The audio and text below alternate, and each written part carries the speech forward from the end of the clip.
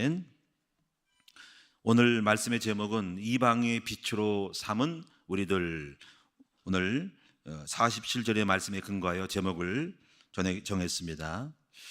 이제 우리 중국 선교의 이제 선교 1주년이 됐고, 이제 우리가 이제 5월 달 되면은 중국 현장으로 가서 4박 5일 동안 현장을 돌고 돌아오게 됩니다. 이렇게 이런 사역들은 사도행전에 있는 사도 바울의 사역과 같은 겁니다. 사도 바울이 이방으로 마게도냐 지방으로 소아 지방으로 전도하고 있다가 다시 예루살렘으로 돌아왔다가 그 후에 몇 년이 지나서 그 지역을 순회를 하면서 사역을 하는 형태와 같은 거예요. 그래서 우리 큰나무교회 우리 중국 선교가 있고 중국 그 자리에 우리 교회 성도들이 온난으로 예배를 드리고 또 거기서 성도들이 있는 거예요. 그래서 우리가 그것을 돌보러 가는 거예요. 그 현장에 가서 거기서 세례 줄 사람들을 세례 주고 또 말씀을 전해서 또 어떤 분에게는 양육을 하고 확립을 하고 또 건면을 하고 또 제자로서 세울 사람들을 세우고 그래서 확립시키고 양육하고 사역을 하고 돌아오는 것입니다. 그래서 이 사역을 가려서 우리는 사도 바울의 순회 전도 사역이라 하는 거예요. 순회 전도 사역. 그래서 이 거점은 우리 예루살렘, 우리 큰나무의 거점, 그리고 지방 외국으로 가면서 순회하고 돌아오는 사역을 이렇게 해마다 반복하는 거예요. 앞으로 우리가 이제 중국으로 연결되어 있지만은 앞으로 선교하는 그런 대상자들이 교회와 연결해서 우리가 외국으로도 또 이 사역을 하러 가야 해요. 그런 것들을 앞으로 기대하고 전망을 하는 거죠. 그래서 그렇게 되기를 축원을 합니다. 그래서 일본도 그렇고 필리핀도 그렇게 가야 되는데 이제 가실 수 없는 여러 가지 상황이기 때문에 지금 못 가고 있지만 사실은 정확한 바람직 것은 우리 큰나무 교회를 중심으로 연결된 사역들을 해야 해요. 앞으로 우리 팀들이 가서 우리와 동일하게 우리 전략과 말씀으로 연결을 해야 하는데 지금은 현재는 그렇지 못하고 중국만 지금 연결하고 있다라고 보면 되겠습니다. 앞으로 오늘 우리 교회와 연결된 사역들이 생겨나서 해외에 그런 사역들이 동시에 이루어질 수 있는 것을 기대하고 여러분도 기도 부탁을 드립니다. 그럼 오늘 우리는 첫 번째로 우리가 중국 선교 사역의 그 의미를 우리가 찾아야 합니다. 우리 어떤 의미가 있는가 하는 거죠. 이 의미를 모르고 무조건 가는 게 아니거든요. 그래서 첫 번째는 우리는 어떤 마음으로 선교 사역을 해야 하는가 하는 것입니다.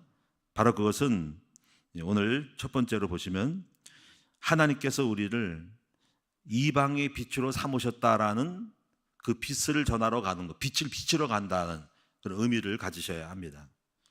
오늘 47절에 보니까 주께서 이같이 우리에게 명하시되 내가 너를 이방의 빛으로 삼아 너로 땅끝까지 구원하게 하리라 하셨느니라.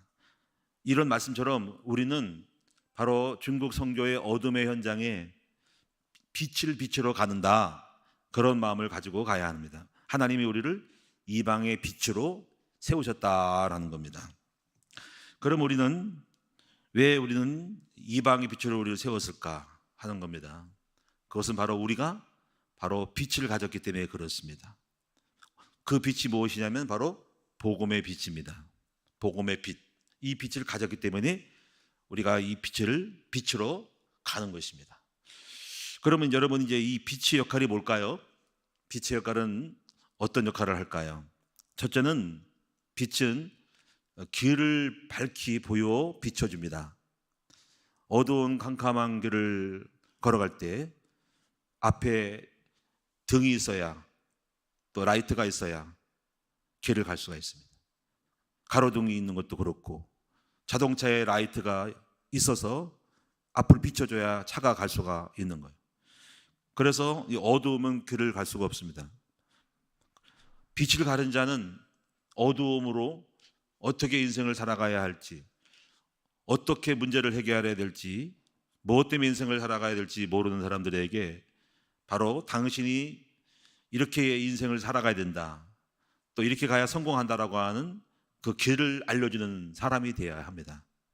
예수님께서 그래서 내가 곧 길이요 진리요 생명이니 이렇게 말씀하신 이유도 바로 빛은 바로 길을 비춰주러 가는 거예요. 그래서 우리를 만난 사람들에게는 바로 당신의 인생은 이런 거다, 또 당신이 이렇게 가면 망한다, 이렇게 가면 함정에 빠지고 골짜기에 낭떠러지 떨어지니까 이렇게 가야 된다라고 알려주는 겁니다. 그래서 오늘 우리는 그런 길을 알고 있거든요. 우리가 사람들을 만나면 성공하는 길, 창세기 3장 문제를 알려주고 창세기 2장의 축복을 알려주면서 그 축복을 이루는 방법이 예수 그리스도의 복음 안에서 이런 복음의 길을 알기 때문에 바로 우리를 통해서 그들에게 바로 복음의 빛을 비춰서 그들의 인생길을 환히 비춰주기 위해서 우리를 부르신 것입니다. 두 번째 빛의 역할은 무엇일까요? 바로 빛의 역할은 바로 두려움을 사라지게 합니다. 캄캄한 어두운 밤은 두려움이 옵니다. 여러분, 아주 캄캄한 습속에 들어가면 미지의 세계 속에서 그 두려움이 있어요. 저 컴컴한 곳에 어떤 짐승이 숨어 있을까? 강도가 나를 기다리고 들어갔다가 이렇게 나를 공격을 할까라는 어두움은 두려움이 있는 겁니다. 두려움. 그래서 이 어둠이 있으면 깡패들이 모이고 거기서 나쁜 짓을 하는 게 많습니다. 그래서 공원마다 가로등을 환히 비치는 겁니다. 그래서 이 빛이 들어가는 곳마다 이제 두려움이 사라집니다. 그래서 오늘 빛을 받은 사람들은 그들에게 확신을 주고 담대함을 주면서 안심하라, 두려워하지 말라라고 그런 복음의 메시지를 가지고 있기 때문에 하나님은 우리가 그런 복음을 갖고 있기 때문에 우리를 통해서 두려워하는 사람, 절망한 사람들, 인생의 절망 가운데 낭만 가운데 힘들어하는 사람들에게 바로 확신을 주고 힘을 주기 위하여 바로 우리를 들어 쓰시는 것입니다. 빛의 역할은 무엇일까요? 세 번째는 빛의 역할은 바로 빛은 바라보면은 마음이 따뜻하고 평안해집니다. 그래서 여러분, 빛은 물론 뜨거운 온도는 많지 않지만은 빛의 어떤 크기나 영향력에 따라서 밝게 비치기도 하고 빛은 열을 내기도 하는 거예요. 아주 작은 열이라도 빛이라도 텐트 안에 추운 공기 속에서도 작은 촛불 하나라도 너무 추면은 촛불을 쬐더라도 따뜻함이 온기가 오는 겁니다. 그래서 이상하게 불빛을 바라보면은 이제 마음이 평안하고 따뜻해지는 걸 느낄 수 있어요. 그래서 이것을 우리는 흔히 사람들이 이제 불멍이라고 하잖아요. 불멍. 아궁이에 앉아가지고 가만히 있으면은요, 그 불을 바라보면은 마음이 상하게 평안해지고 따뜻함이 온기가 전달되는 그것이 바로 빛의 역할이라고 할 수 있습니다. 바로 우리는 이 평안의 복음을 가졌기 때문에 바로 우리는 그 복음을 통해 가지고 사람들을 위로하고 안심을 지켜주는 빛의 복음을 갖고 있기 때문에 바로 우리를 통해서 쓰시는 것입니다. 그러니까 오늘 저와 여러분이 이 빛의 사자들은, 빛을 가지고 간 사람들은 먼저 평안의 마음을 가지고 따뜻한 사랑의 마음 가지고 확신 가운데 냉랭하지 않고 담대하고 또 길을 알려주고 그리고 따뜻한 마음 가지고 사랑을 품으로 가는 겁니다. 그들은 우리를 보고 만날 때 복음을 받을 뿐 아니라 우리의 영성과 우리의 확신과 담대함을 가지고 위로를 받으며 힘을 얻을 수 있는 사람으로 우리는 현장에 파송되어 가고 있다라는 것입니다. 네 번째, 빛을 가지면 어떤 일이 벌어지냐면은 도둑놈이나 강도가 사라집니다. 그들은 은닉하고 있어요. 숨어 있습니다. 캄캄한 밤중에 기다렸다가 불이 꺼지고 잠들었을 때 몰래 슬그머니 들어와서 도둑질을 하고 강도질을 하는데요, 밝히 빛을 딱 비춰버리면 도둑놈이 자기의 정체가 드러나기 때문에 도망가는 겁니다. 그래서 우리는 가서 무엇을 하냐면 빛을 비춤으로 하려면서 그 개인에게 있는 영적 문제, 또 사탄의 역사들, 마귀, 귀신들이 그 집안에 있는 흑암들이 우리가 가서 다 쫓아내는 것입니다. 이미 우리가 가려고 마음 먹을 때 아마 벌써 중국에 있는 귀신이 알고 바들바들 떨 것이에요. 가는 곳마다 흑암이 떠나가고 그 속에 있는 악한 영들이 발작을 하고 도망가게 될 줄로 믿습니다. 오늘 그래서 이 빛의 이런 것들을 우리가 알고 있기 때문에 하나님이 이 흑암을 꺾을 수 있는 영권, 그리고 귀신을 이기는 힘을 가진 우리가 바로 그 빛을 가졌기 때문에 하나님은 우리를 통해서 바로 그 현장의 어둠 속에 있는 중국 사랑하는 성도들의 어둠의 현장에 이방의 빛을 비추기 위하여 하나님 우리를 부르시고 쓰시고자 하는 것입니다. 그러므로 오늘 저와 여러분들은 이제 이런 자부심을 가지고 빛의 군사로 나아간다. 이방의 빛으로 하나님 우리를 부르셨구나. 하나님이 필요해서 선택을 하여서 빛을 비추러 가는구나. 이런 마음을 가지고 나아가는 자부심을 갖는 우리 중국 선교팀들이 되시기를 주님의 이름으로 축원을 드립니다. 그래서 이런 자부심과 함께 그러면 어떻게 이 빛을 비출 것인가 할 때 마태복음 보면 빛은 우리는 빛과 소금인데 소금이 맛을 잃으면 무슨 소용이 있냐고 말하고 빛을 비춰야지 등골 밑에 문지방 밑에 감추면 아무 소용이 없다라는 거죠. 빛은 드러내기에 존재하는 거니까 집구석에 어떤 그 깊은 장롱 속에 집어넣어봐야 안 되기 때문에 빛은 바로 드러나야 한다는 것이죠.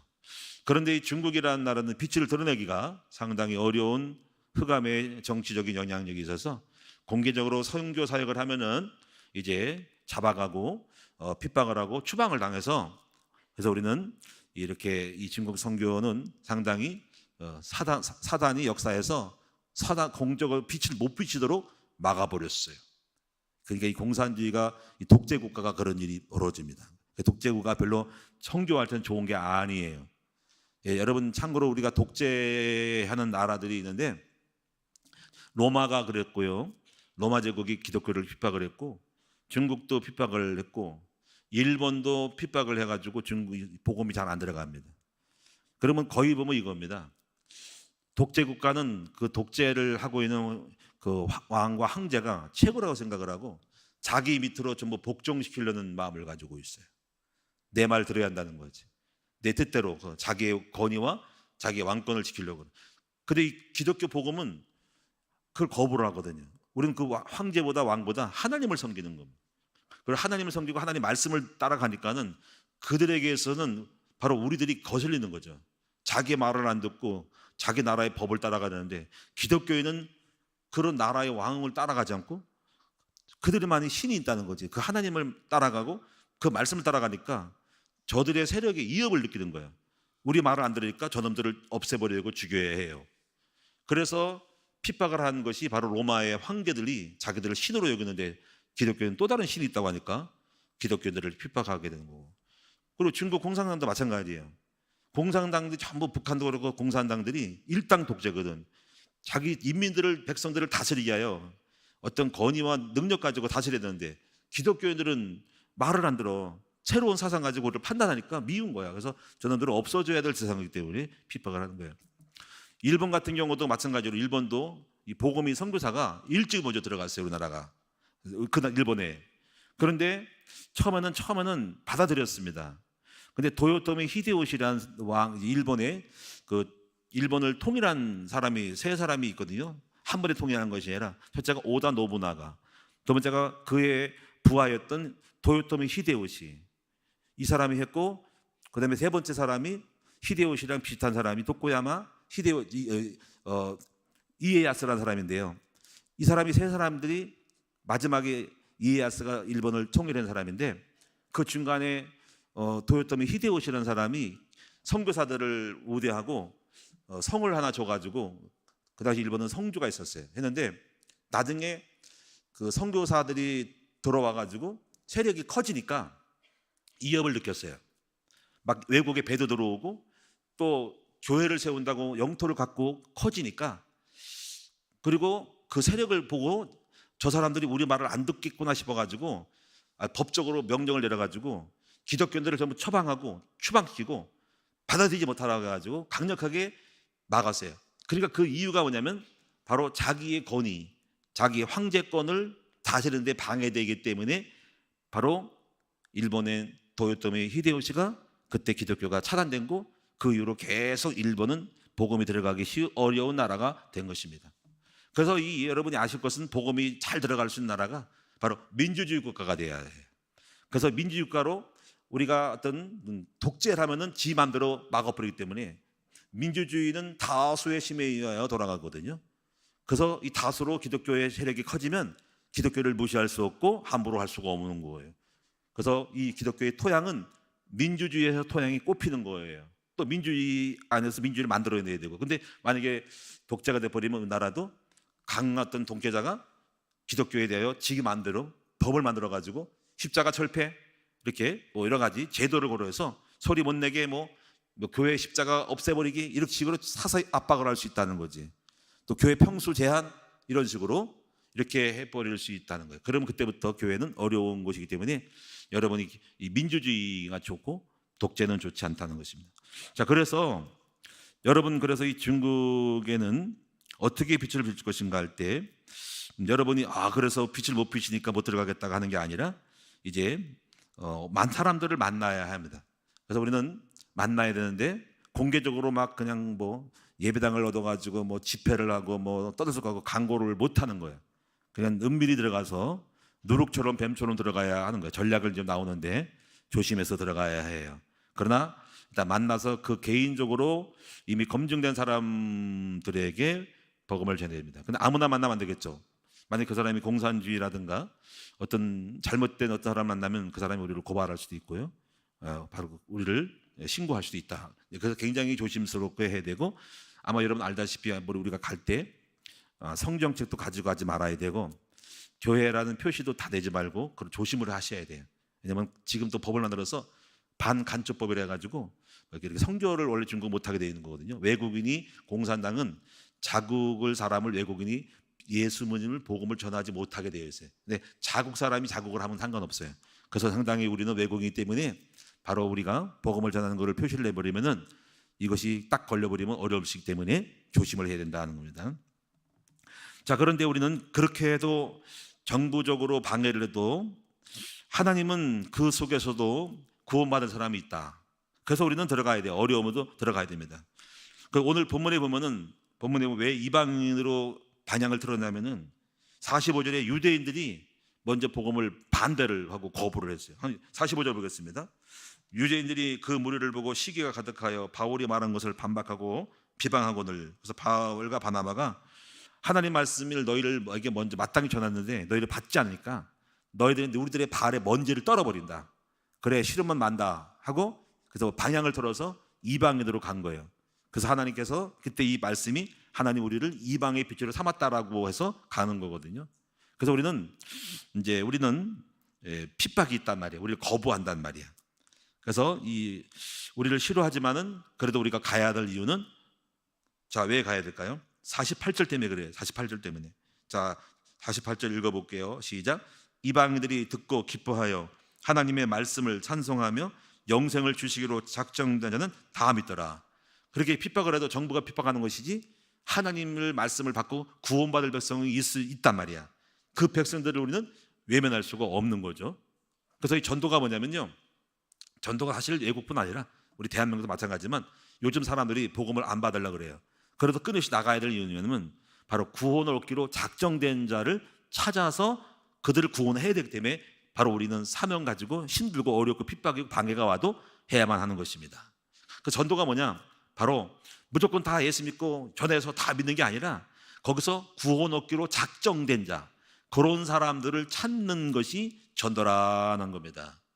그러면 이제 구원 얻기로 작정된 사람들을 어떻게 알 수 있을까요? 어떻게 알 수 있어요? 뭐 방법이 없죠. 우리는 일단은 만나야 돼. 만나서 찔러봐야 돼. 찔러가지고 이 사람이 구원받을 사람인지 아닌지 반응을 따라 받아들이는 것에 따라서 그 사람이 구원받을 사람임에 대한 걸 알고 있고, 또 거부를 하면은 거부했다고 실망할 거 없어. 이 사람은 아직 아니구나라고 그냥 떨고 나오면 되는 거예요. 그래서 얘가 예를 들면 이런 거 알 수 있죠. 여러분이 이제 고구마를 여러분 쪄 먹잖아요, 그렇죠? 고구마. 어저께 보니까 나도 고구마가 먹고 싶어가지고 갑자기 생각나다가 고구마가 없구나, 우리 집에 떨어졌구나. 그래서 말았는데, 자, 우리가 고구마를 찔 때 보세요. 다 고구마를 몇 번 찝니까? 뭐 어디 찜통에 넣든지 뭐 10분, 20분 막 뭐 나란도 찐단 말이야. 그러면 냄새가 좀 있다 보면 그냥 구수한 고구마 냄새가 나는 거예요. 그러면 제가 딱 뚜껑을 열어보고 젓가락으로 한번 딱 찔러보는 거야. 그러면 어떻게 해요? 잘 익은 것은 푹 들어가고 안 익은 건 어떻게 합니까? 안 익은 거는 이 딱 막히는 거야. 그래서 딱 보면 딱 찔러서 들어가니까 고구마 익었다 꺼내 먹는 거야. 근데 딱 보면 딱 걸려. 이건 들리겠다. 다시 그러면 뚜껑 닫고 찜기에 더 넣고 한 5분 더 쪄. 그런 나중에 익겠죠, 그렇죠? 이렇게 우리가요 사람들을 한번 말씀을 찔러보는 거야. 찔러서 그 사람이 말씀을 잘 받으면 고구마가 익은 거야. 그리고 안 받으면 때가 안 익은 거야. 그런 사람 뚜껑 닫고 1년이고 2년이고 기다렸다가 다시 또 찔러보는 거야. 그래서 이 구원받기로 작정된 사람들은 때가 되면 고구마 익듯이 바로 여러분 그때 복음을 전할 때 이런 사람들은 구원 얻기로 작정된 사람이라는 거예요. 그래서 이런 걸 가지고 우리 한국에서도 전도법이 있는데 바로 그것이 전도법이 고구마 전도법. 이 고구마 전도법이 뭐냐면 한번 찔러보자 가지고 찔러서 젓가락이 안 들어가면 다음으로 기회를 넘기고 찔러서 쫙 들어가면 받아들이는 사람이 가지고 그렇게 해서 전도하는 방법, 전도 방법이 무슨 방법이요? 고구마 전도법. 고구마 전도법. 그래서 오늘 우리 가슴은에 고구마 전도법으로 한번 찔러보면서 잘 이거 받아들이면은 예수 영접하고 되는 거고, 싫으면 그래 내년에 다시 올게. 그냥 연결 고구마 밥솥에 버리지도 말고 밥솥에 잘 담궈 놨다가 계속 쪄놨다가 내년에 다시 한번 고구마를 젓가락으로 찔러보면 또 익으면 또 건져 오는 겁니다. 그래서 자 여러분이 그래서 이 거부하는 사람도 있는데 바로 때가 되면 구원 얻기 때문에 낙심하지 말고 때가 돼서 또 다시 만남을 가지고 전담은 된다라는 거예요. 자 그러면 두 번째로 자 여러분 첫 번째 뭐예요? 우리는 이방의 빛으로 우리를 부르신 자부심을 가져야 된다. 자 두 번째 방법은 뭐냐면 두 번째는요 상황에 따른 이제 선교 전략을 찾아내야 된다 하는 겁니다. 상황에 따른 선교 전략. 자 지금 중국은 지금 마음대로 복음을 전할 수가 없고 자 우리가 복음을 전했다가는 바로 발각이 되면 우리는 감옥에 가고 또 추방을 당할 수 있고 또 반간첩법으로 우리가 어려움을 당하기 때문에 지혜롭고 조심스럽게 해야 된다는 겁니다. 그래서 선교의 방법은 가서 현장에 가서 직접 복음을 전하는 방법이 있는데 자유민주국가는 그러지만은 그 나라는 어렵기 때문에 조심스러워야 돼서 먼저 이렇게 해야 돼요. 가서 하는 것도 있지만 이미 한국에 들어오신 우리 동포들이 있어요. 먼저 이 교포들을 먼저 복음을 심고 또 깨워주고 생명을 주고 체험을 시켜서 바로 이분들이 복음의 전도자로 만들어 가야 합니다. 지금 우리는 지금 현재 우리 한국 우리 교회에서 그렇게 하고 있죠. 지금 이미 교포 우리 한국에 들어오신 수많은 우리 동포들을 먼저 복음으로 확립하고 그래서 이 중국인 교회를 세운 거예요.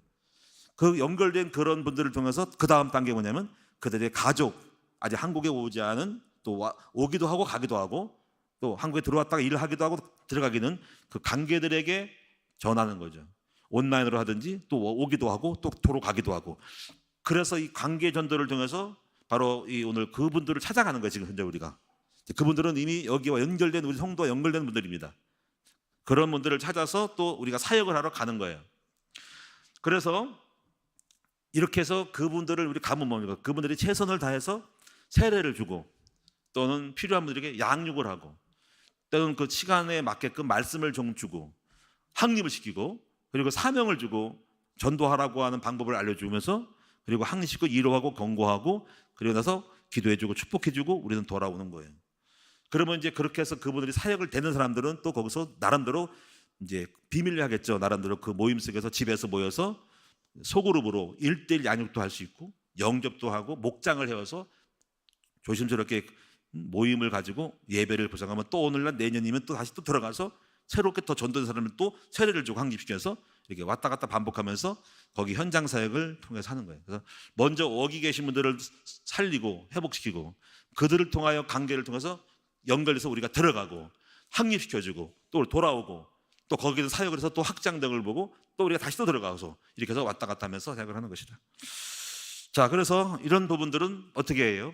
누룩처럼 해야 된다. 자, 누룩이 뭐죠? 누룩은 곰팡이인데요. 좋은 곰팡이. 드러내면 안 됩니다. 막 떠들썩하고 뭐 광고를 못 하겠죠. 소리 소문 없이 여러분이 우리가 옛날에 매주 써봤어요. 매주. 저도 옛날에 매주 써본 사람. 매주 콩을 삶아서 찧어가지고 팍팍 찧어가지고 예?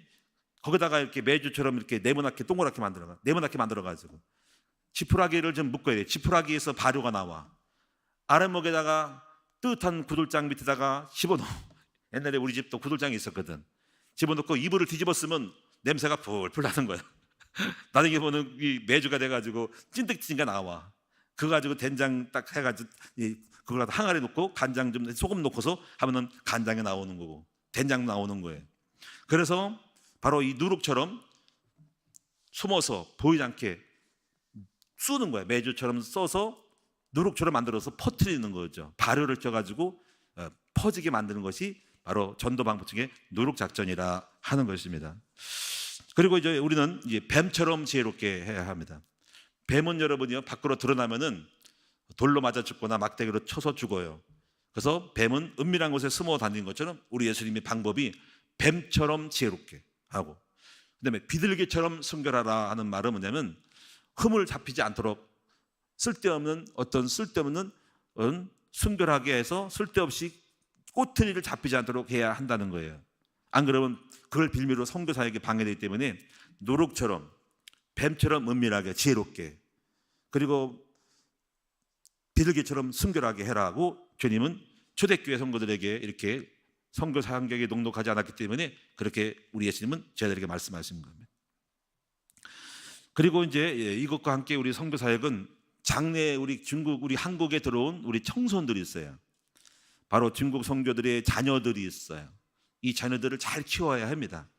이들이 앞으로 한국에서 복음을 엄마 아빠보다 더 많이 한국에서 복음을 받고 선교의 마인드를 가지면 이들이 앞으로 한국과 중국을 왔다 갔다 하면서 굉장한 선교 사역을 할 수 있는 인재로 양성이 될 거라는 거죠.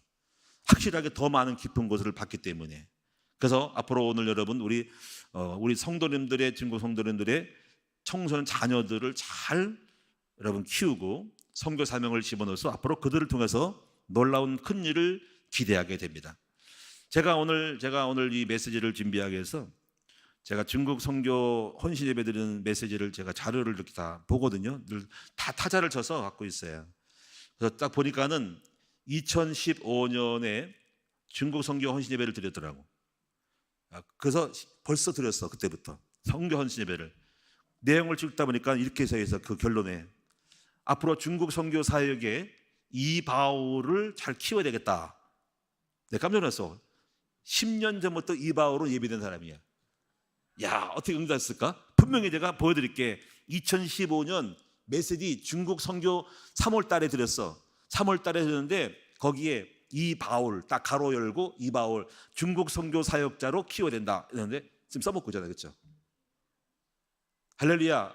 말씀이 성취됐어요. 우리 박수하도록 하겠습니다. 나 깜짝 놀랐어. 두 번째는요, 2010년 이렇게 써 있어. 중국 선교를 위한 전략 중에 하나가 중국어로 교재를 번역해야 된다고 써 있어. 지금 번역해서 안 하고 있어요. 하고 있어요. 지금 얼마나 감사한지. 1:1 훈련, 소책자, 목자학교, 예배 목자학교 다 번역하고 전도 핸드북 다 번역했어요. 자, 성취됐죠, 그렇죠? 우리 박수하도록 하겠습니다. 어떻게 참 다 성취된 거예요. 그래서 오늘 우리가 하는 말이 하나님이 앞으로 더 성취될 말씀이 되는 겁니다. 자, 이제 마지막으로 세 번째로 이렇게 하고 우리는 이제 중국 선교뿐 아니라 앞으로 우리나라 한국 교회 안에서 다양한 선교를 위한 토양화 작업을 할 수 있어요. 토양화 작업. 그 토양화 작업이 뭐냐면요, 첫째는 바로 기도의 토양, 바로 이 선교를 위한 기도를 해야 돼요. 그래서 기도의 토양을 여러분 늘 앞으로 우리가 이제 중국뿐 아니라 일본, 필리핀 또 지금 각 교구마다 그 선교를 위한 기도를 하셔야 됩니다. 여러분 일본도 아니라 필리핀도 있고요. 그다음에 루마니아도 있고요. 다 기도하면 하나님 어떻게 여실지 모르니까 각 교구에서는요, 자기들이 가지고 있는 그 선교 교구의 이름을 따라서 선교의 문을 열어달라고 기도할 수 있기를 축원을 드립니다. 우리는 하나님 여신 대로 억지로 하지 않습니다. 여신 대로 갈 거고 앞으로 우리 청소년들이 그런 나라로 가게 될 거니까 어떻게 역사할지 모르니까 열리는 대로 가게 될 거예요. 기도해 주시기 바랍니다. 두 번째 토양은 뭐냐면 복음의 토양이에요. 복음의 토양. 근데 우리 큰나무 교회에 들어오는 거는 복음의 토양이 됐기 때문에 교회 들어오기만 하면 복음을 받게 되는 것이죠. 세 번째 토양이 뭐냐면 제자를 만들어내는 토양이 있어야 돼요. 제자를 만들어내는 토양. 근데 이제 우리 큰나무 교회가요, 지금 제자를 만들어내는 토양을 이미 교회 자체로 갖고 있으니까 굉장히 중요한 토양으로 제자가 계속 나오는 거고, 그럼 중국 선교도 어떻게 제자를 만들어낼까 하는 토양이 뭐냐면 이렇게 해야 돼요. 제가 옛날에 과거에는요, 중국에 있는 그 교회, 지금 시대 말고 좀 자유로운 시대에 거기도 물론 핍박이 있지만 중국의 신학교를 세웠었어요. 우리가 아는 목사들끼리 해서 하얼빈 그런 나라의 그 도시에 목단강 대경 연길 쪽에다가 신학교가 있었어요. 지금 우리 전도 신학교처럼 길진 않고 일주일 동안 신학교가 있었어요. 그래서 목사님들 몇 명이 가가지고 5일 6일 동안 빡세게 아침부터 저녁까지 그 강의들을 다 했었습니다. 그래가지고 거기서 선교학을 하고 한 주 동안 하고 돌아오는 기억이 나거든요. 그러면 이제 지금은 이제 그렇게가 하기가 어렵죠. 또 많이 그렇게 사라졌고, 왜냐면 굉장히 어려운 거예요. 발각되면은 굉장히 큰일 나기 때문에 그때만 해도 막 이동을 했거든요. 오늘날 올해는 만약에 A라는 동네를 갔으면 그 다음에 그 동네가 아니고 다음에는 집이 바뀌어. 교회가 없고 간판도 없고 집에 사는 거예요. 몰래 돌아다니면서 누가 신고만 하기 때문에 거기에 숨어서 하는 거거든요. 이제 그렇게 했는데 지금 우리 형태 같은 경우는 그렇게도 하기가 어렵지만은 물론 자유국가는 가능해요. 지금 이렇게 하는 거죠. 일단은 여러분들이 거기에 중국에 있는 백신분이 이렇게 어느 정도 말씀을 공부하다가 그분들을 초청을 하고 우리나라로 들어오게 만들어야 돼요. 들어오게 해서 한국에 있는 훈련에 이걸 참여하게 하는 거죠. 근데 어려움이 뭐냐면요, 시간이 오래 걸리거든요. 3개월 동안 되니까 그 3개월 동안 있기가 어려우니까 그 난점이 있어요.